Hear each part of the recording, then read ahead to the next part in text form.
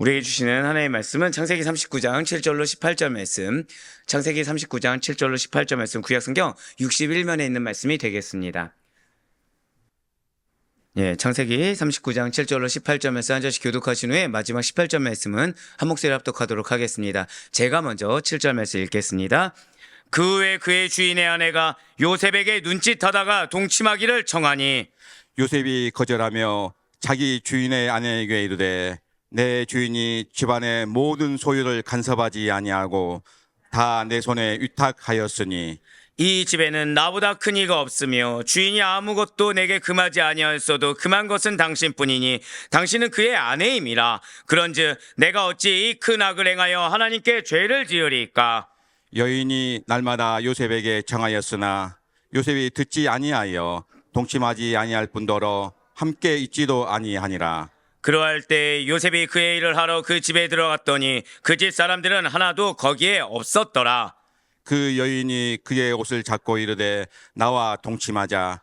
그러나 요셉이 자기의 옷을 그 여인의 손에 버려두고 밖으로 나가매 그 여인이 요셉이 그의 옷을 자기 손에 버려두고 도망하여 나감을 보고 그 여인의 집 사람들을 불러서 그들에게 이르되 보라, 주인이 히브리 사람을 우리에게 데려다가 우리를 희롱하게 하는도다. 그가 나와 동침하고자 내게로 들어오므로 내가 크게 소리 질렀더니 그가 나의 소리질러 부름을 듣고 그의 옷을 내게 버려두고 도망하여 나갔느니라 하고 그의 옷을 곁에 두고 자기 주인이 집으로 돌아오기를 기다려 이 말로 그에게 말하여 이르되 당신이 우리에게 데려온 히브리 종이 나를 희롱하려고 내게로 들어왔으므로 내가 소리질러 불렀더니 그가 그의 옷을 내게 버려두고 밖으로 도망하여 나갔나이다. 아멘. 할렐루야. 네, 오늘 배우신 변함없이 살아있는 주의 말씀의 은혜를 사모함으로 말미암아 이렇게 우리가 하루의 시작을 어떤 환경과 어떤 상황 가운데서도 불구하고 늘 항상 말씀으로 기도로 예배로 하는 것을 주께서 기쁘게 받으시사 자 절단보다 크게 고백하시겠습니다. 하나님께서 반드시 도우십니다.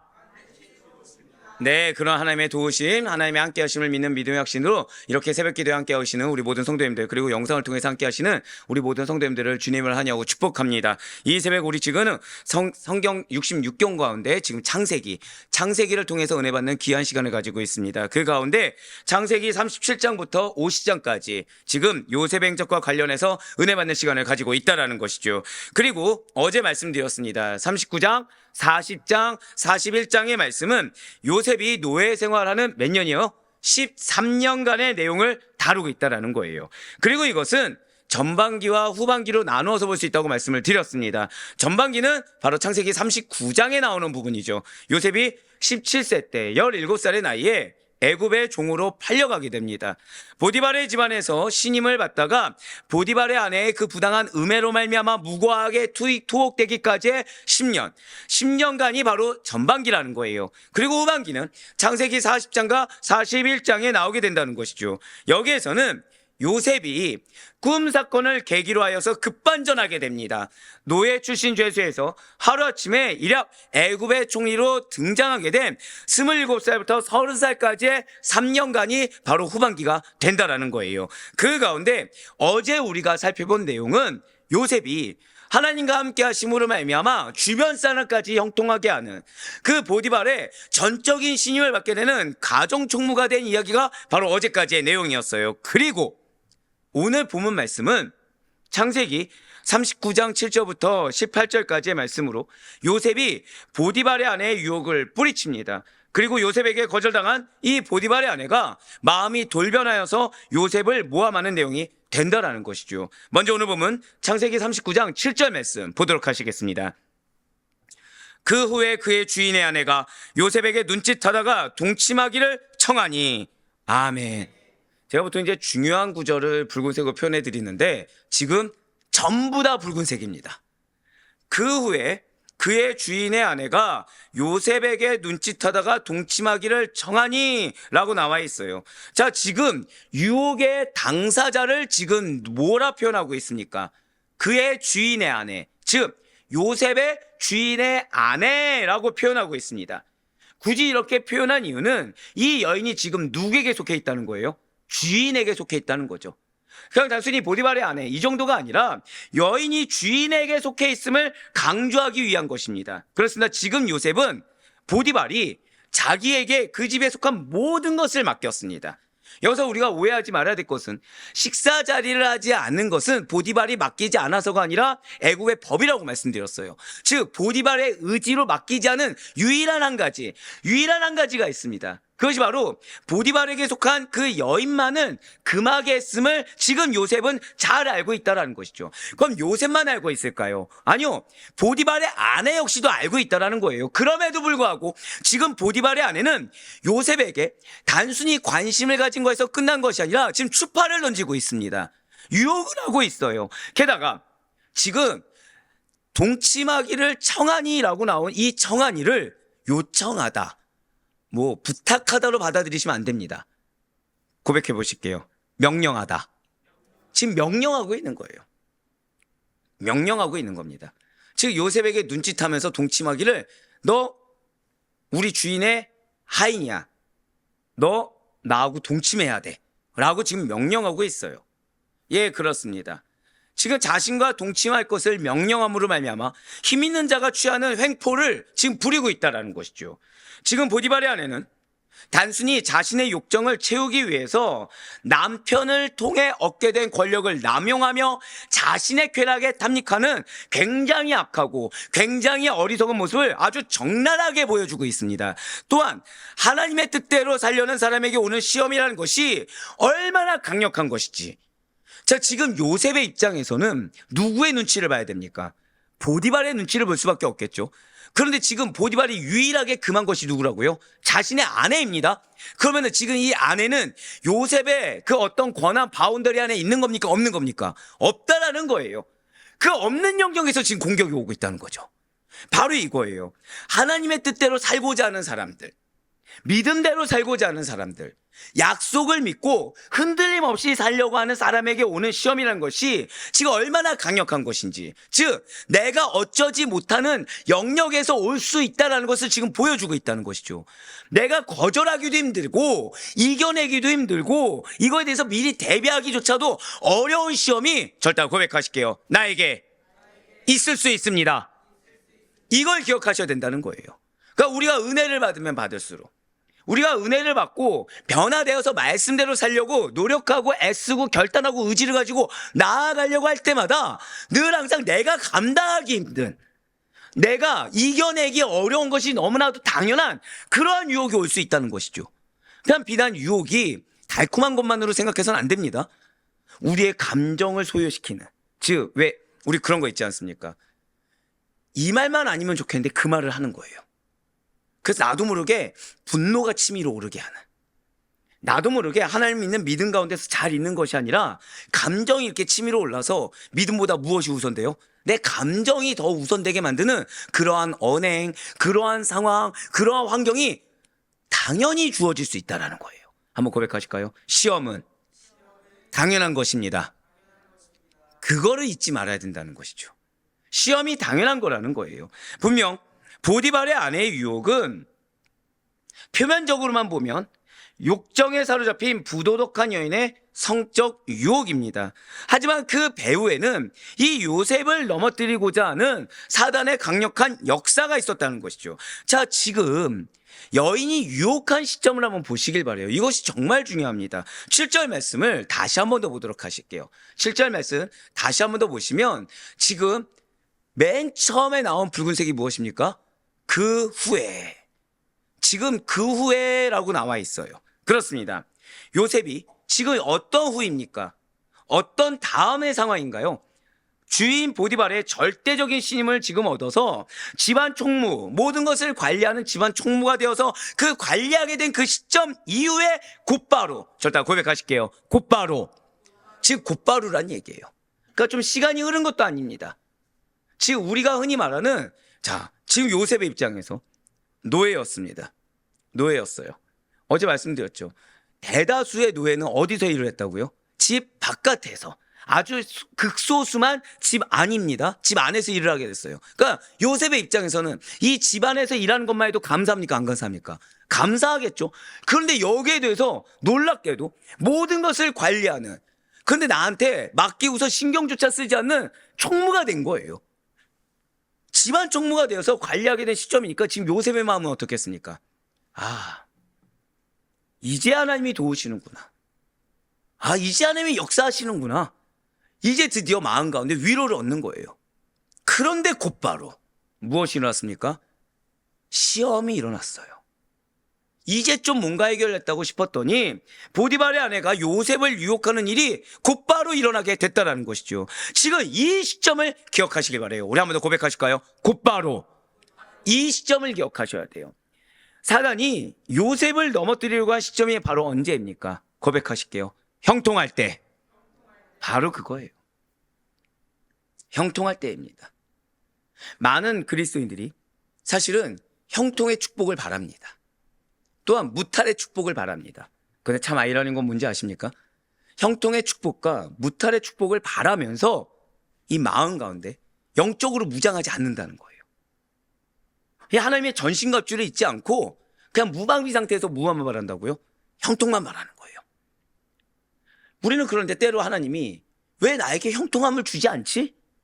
왜 내가 항상 이 사는 길 곳곳마다 이게 걸림돌이 있고 어려움이 있는 거야 라고 우리는 항상 항변을 하지만 실상은 하나님께서 형통을 주십니다. 그럼 보란 듯이 사단이 무엇을 줘요? 시험을 줄 것이기 때문에 하나님 우리가 먼저 고백하실까요? 믿음으로 강력하게 무장하길 원하십니다. 그게 우선인 거예요. 그게 우선이라는 거죠. 말씀으로 기도로 깨어서 먼저 무장하길 원하십니다. 먼저 준비되어 있길 바라신다는 거예요. 그래야 하나님께서 형통함을 주셔서 사단이 미혹한다고 하더라도 이겨낼 수 있기 때문이라는 거죠. 차라리 그럴 바에는 어떠한 환경 가운데 기도할 수밖에 없는 환경, 차라리 그것이 우리에겐 유익인 것입니다. 왜요? 최소한 시험은 들지 않거든요. 하나님만을 바라볼 수밖에 없는 환경, 그건 최소한 우리가 어려워지지는 않는 겁니다. 그런데 형통하면 하나님을 보기보다는 나도 모르는 사이에 형통의 축복에 내가 그 결과의 열매에 내가 도취될 수가 있거든요. 그러니 지금 뭐에 집중할지 모르고서 계속해서 미혹이 오는 것에 대해서 그냥 수수방관한 상태로 넘어질 수가 있다는 거예요. 그렇기 때문에 정말로 형통의 복을 원하십니까? 정말로 무탈의 복을 원하십니까? 그럼 먼저 믿음으로 견고해지시길 바라요. 믿음으로 무장되시길 바랍니다. 철저하게 내가 없고 오직 그리스도만 살아 숨쉬시는, 철저하게 내가 없고 말씀이 나의 전부가 되는 그 은혜의 영적 무장이 우리의 것이 될 수 있길 간절히 소망합니다. 사실 당시의 요셉은 더 이상은 노예의 신분이라고 볼 수 없는 자리에 올라 있었어요. 당대 애굽 최고의 실력자들 중에서도 손꼽히는 친위대장입니다. 그 친위대장의 집 안에서 가정 총무를 맡은 요셉의 말을 거역할 자는 아무도 없었다는 거죠. 즉 흔한 말로 1인 지상 만인 지하인 것입니다. 나 위에 누구 하나 있어요? 딱 한 명 있었다는 거죠. 그 아래로 거느린 사람이 많았다라는 거예요. 그런데 바로 그 순간 보디발의 아내를 통해서 지금 사단은 요셉을 유혹하고 있다는 거죠. 왜입니까?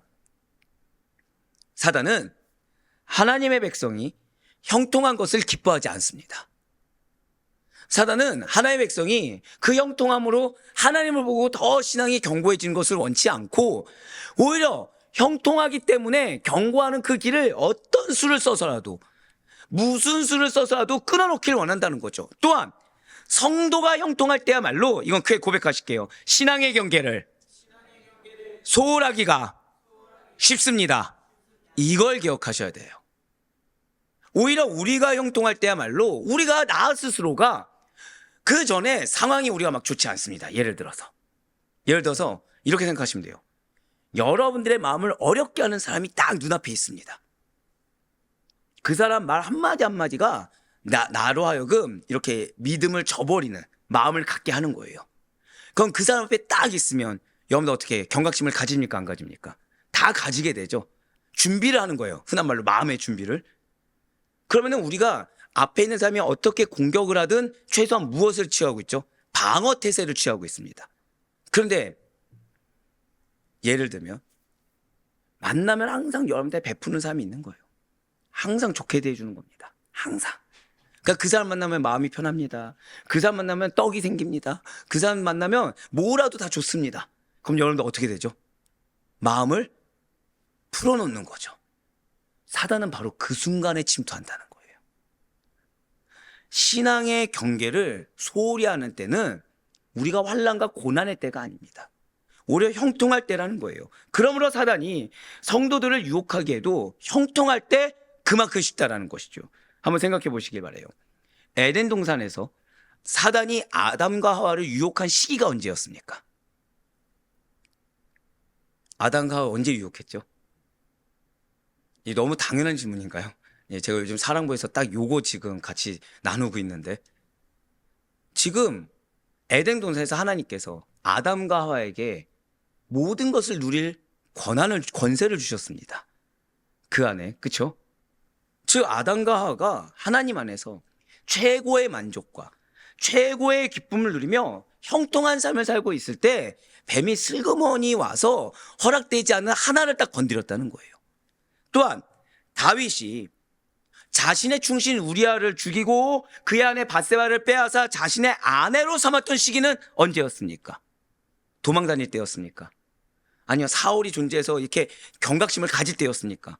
아니에요. 하나님께서 다윗을 유다와 온 이스라엘의 왕이 되게 하시고 그 주변국들과의 전쟁에서 연전연승하게 하셔서 이스라엘 건국 이후에 아주 최고의 영화를 누리게 하셨던 그 시기에 걸려 넘어졌다는 거예요.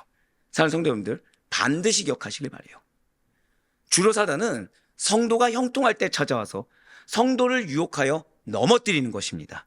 그러므로 하나님의 축복으로 형통할 때 무엇보다 하나님께서 절대 고백하실게요. 반드시 응답받습니다. 여러분들 정말 믿으십니까? 바로 그때 교만해서는 안 된다는 거예요.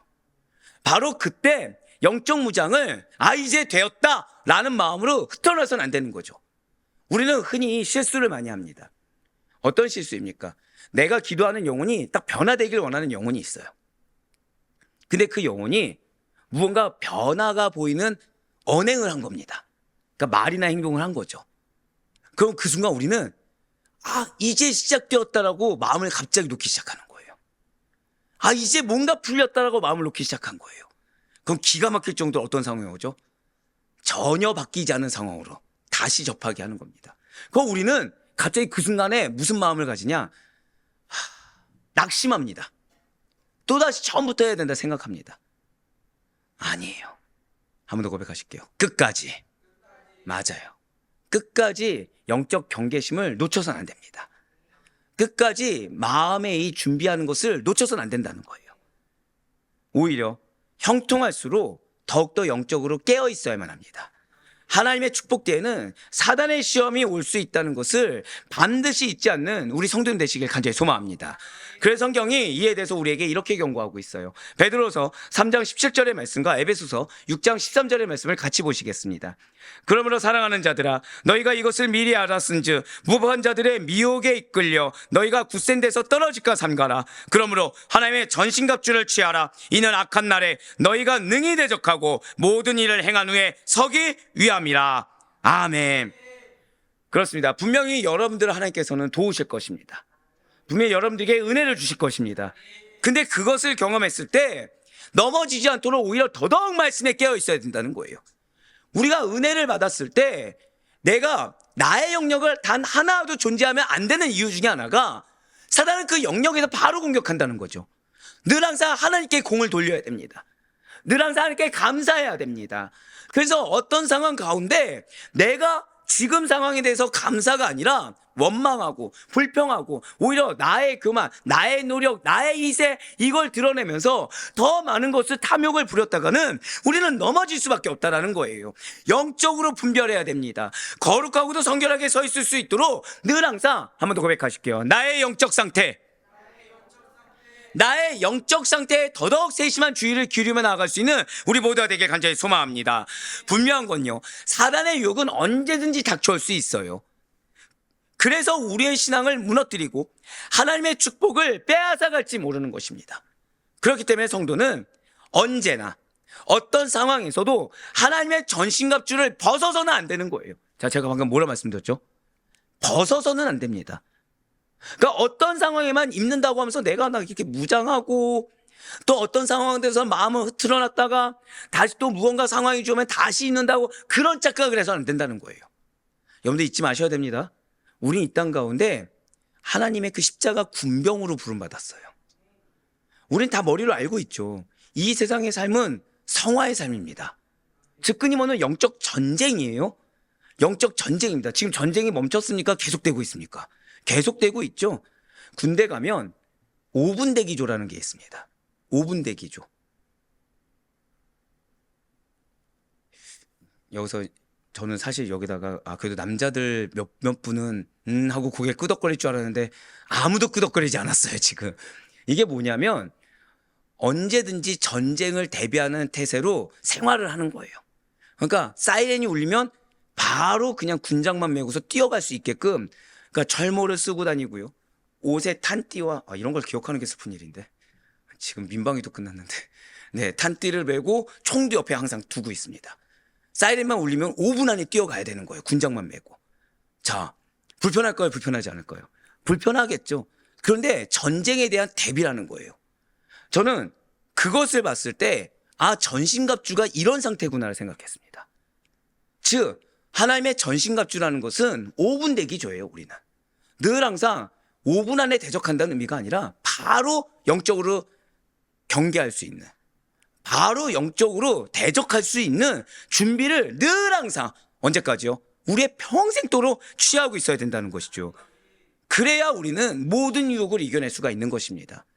형통할 때나 어려울 때나 어떠한 경우에서도 늘 항상 십자가를 져야 되는 이유, 어떠한 상황에서도 자기를 부인하고 그 부인된 자리를 말씀으로, 성령으로, 은혜로 채워야 되는 이유가, 그래야 우리는 전신갑주를 둘러싸서 늘 항상 그 영적 세력에 대해서, 대적하는 사단의 세력에 대해서 우리가 승리하며 나아갈 수가 있다는 것이죠. 오직 성도는 다른 존재가 아니에요. 오직 성도는 모든 유혹을 이겨내요. 언제나 더 큰 하나님의 축복으로 나아갈 수 있도록 확고한 믿음과 깨끗한 양심을 항상 잃지 않는 존재가 성도라는 사실을 잊지 마시길 바라겠습니다. 고백하실게요. 확고한 믿음과 깨끗한 양심. 그렇습니다. 제가 말씀드렸죠. 이번 주간은 계속해서 성도의 정체성에 대해서, 제자가 어떤 자인지를 말씀드린다고 했습니다. 결국 제자는 어떤 자입니까? 늘 항상 전신갑주를 입고 있는 자예요. 제자는 어떤 자입니까? 늘 항상 깨어 있어서 확고한 믿음을 놓치지 않는 자들입니다. 제자는 어떤 자입니까? 언제나 하나님 앞에 정결하고 거룩한 깨끗한 양심을 잃지 않는 자가 제자라는 사실을 잊지 마시길 바랍니다. 이어서 창세기 39장 8절부터 10절까지의 말씀을 또 보도록 하시겠습니다. 요셉이 거절하며 자기 주인의 아내에게 이르되 내 주인이 집안의 모든 소유를 간섭하지 아니하고 다 내 손에 위탁하였으니 이 집에는 나보다 큰 이가 없으며 주인이 아무것도 내게 금하지 아니하였어도 금한 것은 당신뿐이니 당신은 그의 아내임이라. 그런즉 내가 어찌 이 큰 악을 행하여 하나님께 죄를 지으리이까. 여인이 날마다 요셉에게 청하였으나 요셉이 듣지 아니하여 동침하지 아니할 뿐더러 함께 있지도 아니하니라. 아멘. 지금 요셉이 거절합니다. 근데 거절도 그냥 거절한 것이 아니라 자신은 감히 하나님께 범죄할 수 없다라고 거절하고 있어요. 즉 지금 보디발의 아내는 어느 나라 사람입니까? 애굽인이죠. 애굽인이면 신적 존재에 대해서 믿고 있습니까? 안 믿고 있습니까? 믿고 있어요. 즉 무신론자가 아닙니다. 신의 개념을 알고 있다는 거죠.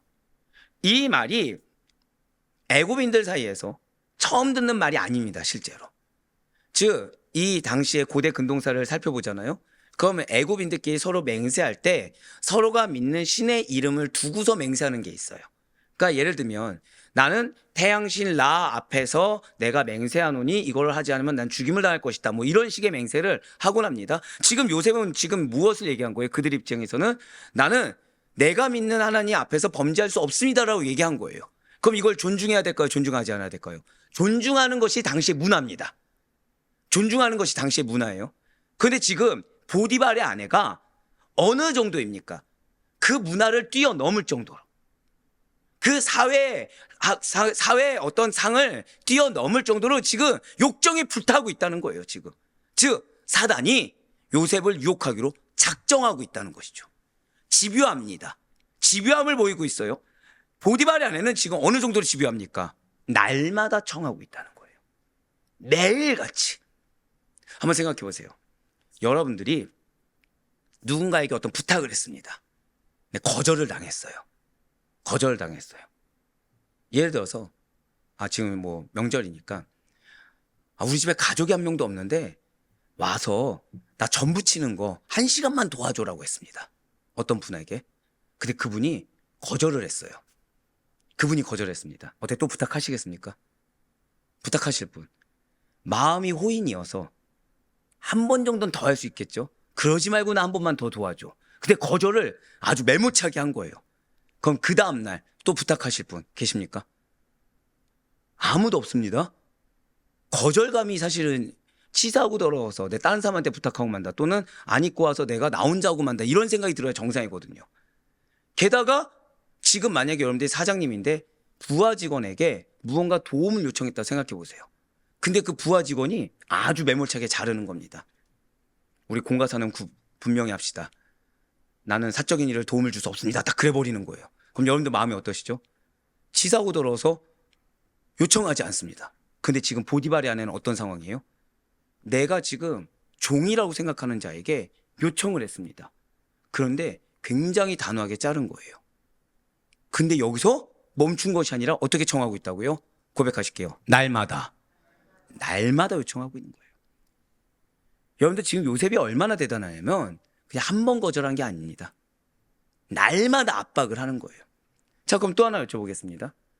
여러분들이 그렇게 이제 상사가 부하 직원에게 어떤 일을 요청했어요. 난 반드시 이 친구가 이 일을 해야 된다고 어떤 신념이 있습니다. 근데 이 친구가 안 한다는 거예요. 그럼 두 번째 부탁할 때 똑같은 어조로 부탁합니까? 강압적으로 합니까? 예. 상사인 분들한테 지금 눈길을 맞추면서 했더니 다들 입술로 강압적으로. 자, 그러면 첫 번째보다 두 번째가 더 강할 거고요. 감사해요. 예, 역시 상사들은 바로 여기 이렇게 나오네요. 두 번째보다 뭐가 더 강압적이죠? 세 번째. 자, 세 번째 이상 안 하기 시작하면 이제 마음에 뭐가 생기십니까? 오기가 생기죠. 그러면서 네가 나가나 내가 나가나 보자. 그러면서 어떻게 해요? 반드시 이 일을 네가 해내고야 말겠다라는, 지금 너무 강력하게 쳐다보셔가지고 지금 그 정도로 점점 강해진다는 거예요. 즉 보디발의 아내의 요청이라는 것은 점점 더 수위가 높여져 가고 있는 겁니다.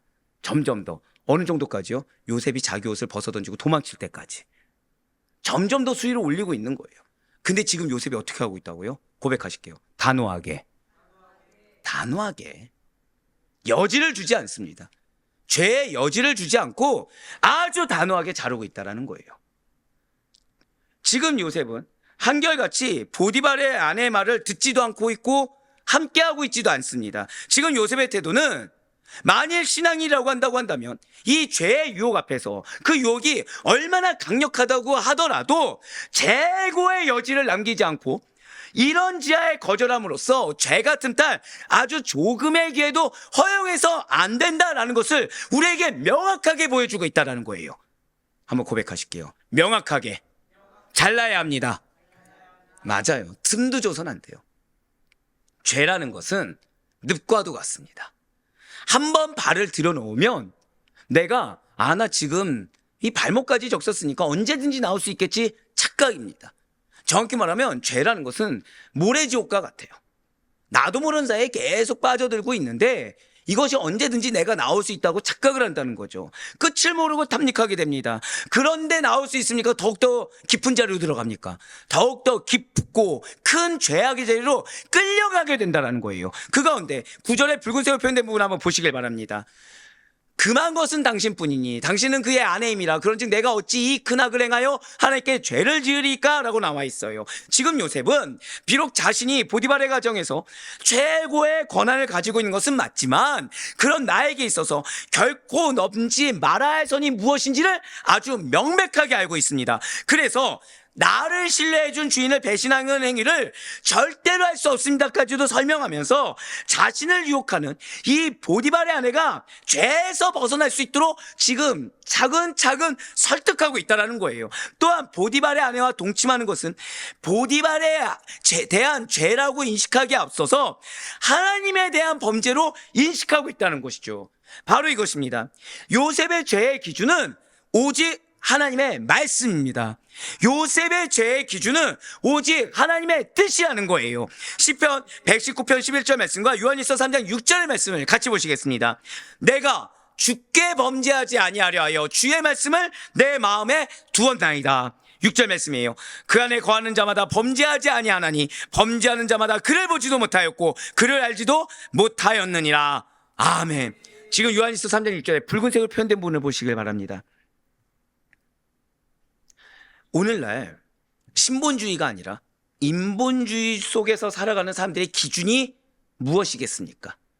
교회를 다닌다고 하면서 예수 그리스도가 우선되지 않고 말씀이 우선되지 않고 사람이 우선된 분들의 기준이 과연 무엇이겠습니까?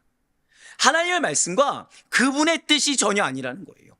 성령의 내주하신 은혜가 결코 아니라는 거죠. 지금 뭐라 나와 있습니까? 범죄하는 자마다 하나님을 보지 못합니다. 하나님을 알지도 못한다는 거예요. 모든 것이 급속도로 변해가고 가치관이 올라가는 시대 속에서 그저 남들이 하는 대로, 그저 이 사회가 흘러가는 대로 나 자신을 맡기고 거기에 따라 무의미하게 행동하고 있다는 거예요. 나름의 목표가 있습니다. 근데 그 목표라는 것이 희미한 거라는 거죠. 헛된 거라는 거예요. 왜냐하면 그렇게 살아가는 것이 사회 속에서 살아가는 데 있어서 튀지 않고 편리하며 유익하기 때문이라는 거죠. 하지만 공의로우신 하나님을 섬기는 성도들은 절대 그렇게 살아서는 안 됩니다. 우리 한번 선포하실까요? 흔들리지 않는 가치관. 그렇습니다. 우리는 흔들릴 수도 없고 튼탈 수도 없는 영적 가치관을 가져야 됩니다. 즉 하나님의 말씀만을 붙잡아야 돼요. 내 생각과 내 마음 상태를 붙잡아서도 안 되고 사람의 말을 붙잡아서도 안 되고 이 사회의 가치관을 붙잡아서도 안 된다는 것이죠. 하나님의 말씀이 명령하시는 대로 행동하고 하나님의 말씀이 우리에게 선포하신 대로 살아가는 여러분과 제가 되길 간절히 소망합니다. 그렇게 할 때 비록 지금 당장에는 손해가 되는 것처럼 느껴질지도 모르고 실제 손해를 볼지도 모르겠지만 결국에는 하나님께서 죄를 미워하는 여러분과 저의 하나님 앞에서의 정직함을 하시고 은혜를 내려주시고 축복을 허락하시사 존귀와 영광을 영원토록 누리게 하신다는 사실을 의심치 마시길 바라겠습니다. 한 번 더 고백하실까요? 하나님께서 갑절의 은혜로 갚아주십니다. 이어지는 창세기 39장 13절과 14절 말씀 보시면 이렇게 죄에 대한 요셉의 단호한 태도와는 달리 보디발의 아내가, 즉 세상에 속한 자가, 자신의 욕심과 탐심에 매여 있는 자가 자신의 죄를 감추기 위해서 이 사건을 조작하고 왜곡시킴으로 죄의 양상이 더 확대되고 있음을 알 수가 있다는 거예요. 13절과 14절의 말씀입니다. 그 여인이 요셉이 그의 옷을 자기 손에 버려두고 도망하여 나감을 보고 그 여인의 집사람들을 불러서 그들에게 이르되 보라, 주인이 이브리 사람을 우리에게 데려다가 우리를 희롱하게 하는도다. 그가 나와 동침하고자 내게로 들어오므로 내가 크게 소리 질렀더니 아멘. 자, 방금 전까지 죄의 유혹이 오니까 요셉은 그 상황을 벗어나고자 결단력 있게 행동했습니다. 보디발의 아내와 함께 있던 방에서 나가 집안 다른 곳으로 잠깐 피신한 것이 아니에요. 아예 그 집을 떠나버렸다는 거죠. 떠나서 바깥으로 나가버렸습니다. 즉 죄를 범할 요인이 있는 곳으로부터 발 하나를 담그던가 한 10%만 겸하여 있었던 것이 아니라 아예 자신을 철저히 분리시킴으로써 자신의 성결함과 하나님 앞에 거룩함과 정직함이 훼손되지 않도록 매우 신속하게 고백하시겠습니다. 신속하게. 이걸 기억하셔야 돼요. 여러분들 결단하고 떠나는 것은 신속해야 됩니다. 내가 결단했다고 하면서 머뭇거린다고 한다면 이거는 아직 늪에서 벗어나지 못한 거예요. 모래지옥에서 벗어나지 못한 것입니다. 매우 신속하게 결단하고 떠날 수가 있어야 된다는 거예요. 매우 신속하게 뿌리칠 수 있어야 된다는 것이죠. 자, 반면에 보디발의 아내는 이제는 자신이 앞서도 말씀드렸죠. 매일같이 점점 수위를 올려갔습니다. 그랬더니 이제 요셉이 어떻게 했어요? 자기에게 옷을 버리면서까지 도망간 요셉을 보면서, 자, 이제 잘 들으세요. 이전에 보디발의 아내는 요셉을 좋아했습니까? 싫어했습니까? 굉장히 좋아한 거죠. 굉장히 사모한 거죠. 타오르던 욕정이라고 표현할게요. 사랑이라 표현하기엔 너무 지저분하고, 욕정이 오히려 이제 그렇게 좋아하던 마음이 강한 분노와 수치심, 그리고 증오로 변해버렸습니다. 좋아하던 마음이 어떻게 변했다고요? 내가 원하는 대로 되지 않으니까 증오하게 됩니다. 내가 원하는 대로 되지 않으니까 수치스러움을 느낍니다. 내가 원하는 대로 되지 않으니까 어떻게 돼요? 분노가 일어나기 시작했다는 거예요. 그래서 없던 말을 꾸미기까지 하는 겁니다. 어쩌면 여러분들이 이런 일을 겪었을 수도 있어요. 왜냐? 그리스도인들은 하나님 앞에 살아가는 자들입니다. 그러다 보니 아무리 친하고 좋다고 하더라도 죄의 영역을 같이 범할 수가 없어요. 그래서 그거에 대해서 나만 정결하게 하는 것이 아니라 그 영혼을 사랑함으로 권면하셨을 수도 있습니다. 근데 그 권면이 지금 앞에 있는 사람은 신본주의입니까? 인본주의입니까? 인본주의에 있다 보니까 받아들일 수가 없는 거예요. 그러니 나를 향한 호의와 나를 향한 사랑하는 마음이 어떻게 바뀐다고요? 분노. 거기에 뭐까지 느낀다고요? 수치심. 그러니까 어떻게 됩니까? 증오. 즉 여러분들이 선으로 대했는데 오히려 악으로 돌아오는 것은 이상한 일이 아니라는 거예요. 얼마든지 그럴 수 있다는 겁니다. 근데 어느 정도로요? 없던 말을 꾸미기까지. 왜곡합니다. 모함합니다. 루머를 퍼뜨립니다. 그러면서 죽이고자 달려듭니다. 누구처럼요? 보디발의 아내처럼. 진정한 사랑이 아닌 순간적인 욕정 또는 어떤 목적이 있는 사랑이라는 것은 어떤 좋아함이라는 것은 이처럼 언제든지 분노와 미움으로 그리고 세상에 속한 것 그런 어떤 애정이라는 것은 언제든지 분노와 미움으로 변할 수가 있다라는 것이죠. 보디발의 아내는 요셉이 집에 들어온 것이 마치 자기와 이 보디발 사람들을 희롱하기 위해 들어온 것처럼 꾸며서 말해버립니다. 자, 되게 웃기지 않습니까? 요셉을 누가 데리고 왔죠?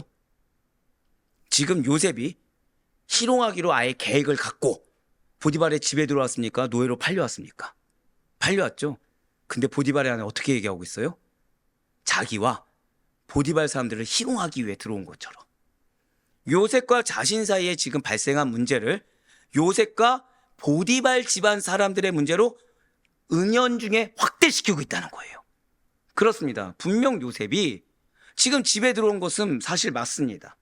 하지만 집에 들어온 목적이 이 보디발의 아내의 말과 같이 희롱하기 위함이 아니라는 것이죠. 지금 보디발의 아내는 그 목적을 아주 교묘하게 아주 틀리게 말하고 있다는 거예요. 사실을 바탕으로 말하되 잘못 해석하고 일부를 왜곡시켜서 마치 전부인 양 집안 사람들을 다 속이고 있다는 거죠. 그러면서 이 일의 모든 책임을 요셉과 보디발에게 떠넘기고 있다는 거예요. 왜죠? 요셉을 누가 데려왔어요? 보디발이 데려왔으니까. 요셉에게는 원래 악한 의도가 있었어. 보디발이 그러한 요셉을 집으로 들여왔기 때문에 지금 나는 아무런 죄가 없다라는 것입니다. 자, 지금 누가 요셉을 미혹했습니까? 보디발의 아내가 미혹했죠? 그러니까 자신이 한 행동을 지금 생각하지 않습니다. 왜요? 지금 보디발의 아내를 가득 채우고 있는 것은 사단의 미혹이고 보디발의 아내를 가득 채우고 있는 것은 내가 어떠한 행동을 했다가 아니라 지금 내가 느끼는 고백하실게요. 감정으로 채워져 있어요. 지금 감정으로. 수치심, 분노, 증오. 아이러니하게도 보디발 아내의 이러한 비난은 히브리 사람인 요셉을 데려와서 종처럼 다른 노예처럼 쓴 것이 아니라 파격적인 대우를 준 주인 보디발과 그 대우를 받고 있는 요셉 모두에게 불만과 시기심을 품고 있던 집안 사람들에게 호응을 얻게 됩니다. 엄청나죠. 지금 보디발의 아내는 자신의 죄를 회개하기보다는 자신과 같이 죄 지을 사람들을 모집합니다. 그리고 죄를 더욱더 키우고 있어요. 어디를 망하게 하려고요? 아이러니하게 자신의 집안을 망하게 하려고. 우리가 잘 알고 있듯이 죄를 확대시키는 자들의 대표적인 모습으로 누가 있겠습니까? 유대인 종교 지도자들이 있어요. 저는 항상 드는 생각이 그겁니다. 바리새인과 서기관들 유대 종교 지도자들에게 예수님께서 뭐라고 말씀하셨습니까? 회개하라고 말씀하셨죠. 이 독사의 자식들아, 회개하라고 말씀하셨습니다. 근데 그 메시지를 저는 항상 드는 생각이 그거예요. 그 순간에 아멘하고 받아들이고 통에 자복했다고 한다면 우리는 어쩌면 이 성경에 대해서 다른 말씀을 받았을 수도 있을 거예요. 그냥 선민 이스라엘 백성들은 지금까지 선민일 수가 있었을 것입니다. 하지만 그들은 그렇게 하지 않았어요. 오히려 예수님을 모함하고 핍박했습니다. 더 많은 무리들이 예수님을 죽이는데 동조하도록 선동했어요. 그러니까 내가 죄 지은 거에 대해서 내가 나로 끝나는 것이 아니라 죄를 어떻게 했죠? 확산시켜 버렸습니다. 결국 십자가에 예수님을 못 박아 죽일 때까지 그들의 완악함이라는 것은 그칠 줄 몰랐습니다. 잘 기억하시기 바라요. 이처럼 타락한 인간의 한 특징은 자신의 죄를 인정하지 않고 그 죄를 합리화할 뿐만 아니라 오히려 이것을 계기로 상대방을 해치고 이것을 계기로 공동체를 와해시킨다는 사실을 절대 잊지 마시길 바라요. 내가 죄를 지었다라고 한다면 이 죄에 대해서 감정적인 것으로 해결하려고 보지 마시고 그냥 하나님 앞에 죄 지은 그 자체를 인정하셔야 됩니다. 이거를 감추고 이거를 타협하려고 하다가는 처음에 나오는 것은 어떤 한 사람에 대한 타겟팅이 됩니다. 근데 그 타겟팅에서 절대 끝나지 않는다는 거예요. 그 타겟팅에서 같이 동조할 수 있는 사람들을 모으다 보니까 결국에는 자신이 속한 공동체를 무너뜨리는 악행을 저지르게 된다는 것이죠. 하지만 우리는 그런 자와 달라야 된다는 것입니다. 우리는 보디발의 아내가 무슨 죄를 어떻게 짓고 모함하며 없는 말을 만들어내든지 간에 요셉의 어떠한 약점을 만들기 위해 혈안이 되어 있고 자신이 당한 그 거절감을 어떠한 미움과 원망과 분노와 저주 섞인 말들로 오해하게 하든지 간에 한 번 더 고백하실게요. 나는 상관없습니다.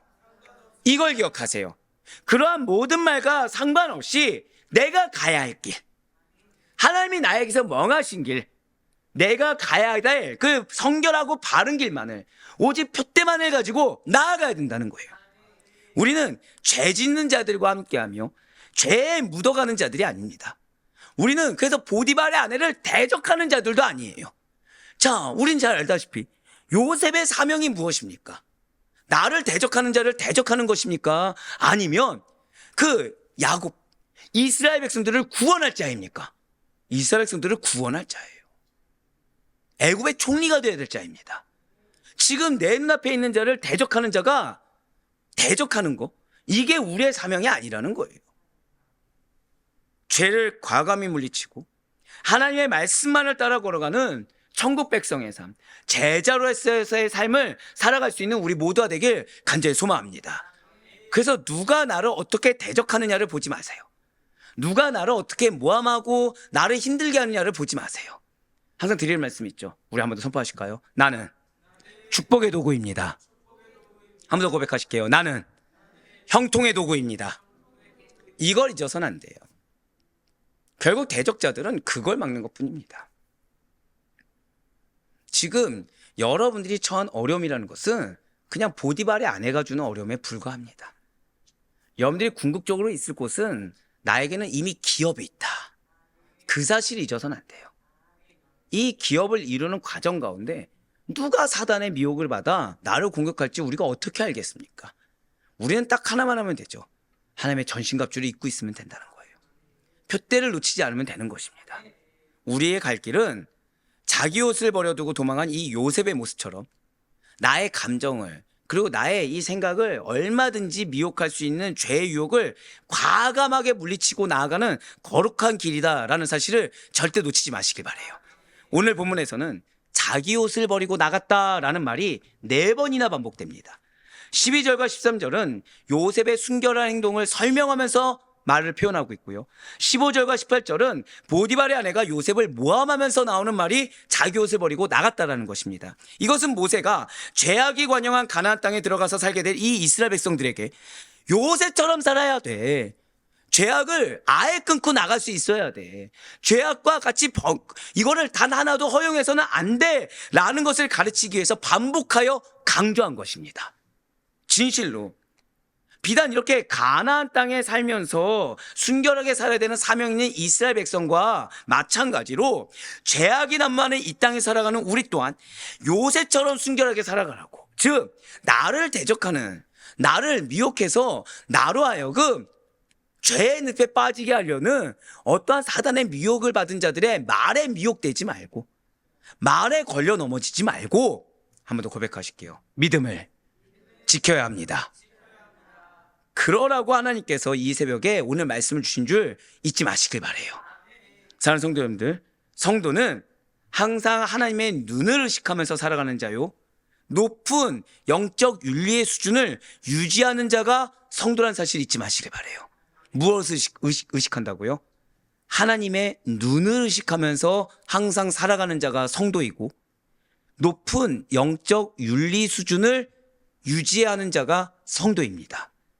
세상이 죄로 썩으면 썩을수록, 그렇기 때문에 성도는 그 누구에게든지 간에 그 부패를 막을 수 있는 소금이 되어야만 합니다. 그리고 주님의 거룩함을 드러냄으로 말미암아 어두운 사회와 공동체에 빛을 내야만 된다는 것이죠. 형통한 선한 영향력이 그로 말미암아, 바로 그러한 여러분들로 말미암아 편만하게 흘러갈 수 있길 간절히 소망합니다. 그렇습니다. 주님은 여러분들을 형통의 도구로 쓰시겠다고 어제 이미 선포해 주셨어요. 그러면서 오늘 무엇이라 말씀하셨습니까? 영적 무장을 하라는 거예요. 오히려 형통하다고 느낄 때, 응답이 됐다고 느낄 때 사단은 미혹한다는 것입니다. 근데 그 유혹은 한 번 있는 것이 아니라, 나를 공격하는 것은 한 번 있는 것이 아니라 날마다, 마치 보디발의 아내가 점점 수위를 높여가면서 공격했듯이 날마다 있기 때문에 이것을 이상하게 여기지 마시라는 거예요. 하지만 그러할수록 무엇을 지키라? 나의 높은 영적 윤리 수준을 지키라는 거예요. 죄를 과감하게 결단해서 자르라는 것입니다. 누구 앞에 있어야 됩니까? 하나님의 눈앞에. 하나의 눈앞에 철저하게 분별하면서 그것을 끊고 나아가라는 거예요. 그래, 반합권 얻기는 달콤한 죄의 유혹, 또는 내 감정이 들쑤실 만한 위협적인 죄의 유혹을 당연하게 이겨내시고, 믿음을 지키는 성결한 주의 신부로 오늘을 살아가시며, 그러한 여러분들로 말미암아 무너질 공동체가 오히려 세워지고, 변질된 공동체가 오히려 성결하게 변화될 수 있는, 그래요, 하나님께 너가 정말 나의 귀한 제자다, 너가 정말 나의 사랑하는 자녀고, 너야말로 이 세상 가운데 나의 사명을 다하는 나의 거룩한 백성이다 라는 인정을 받으며 나아갈 수 있는 우리 모든 축복된 성도님들의 오늘 하루의 삶이 될 수 있기를 주님의 이름으로 간절히 축원합니다.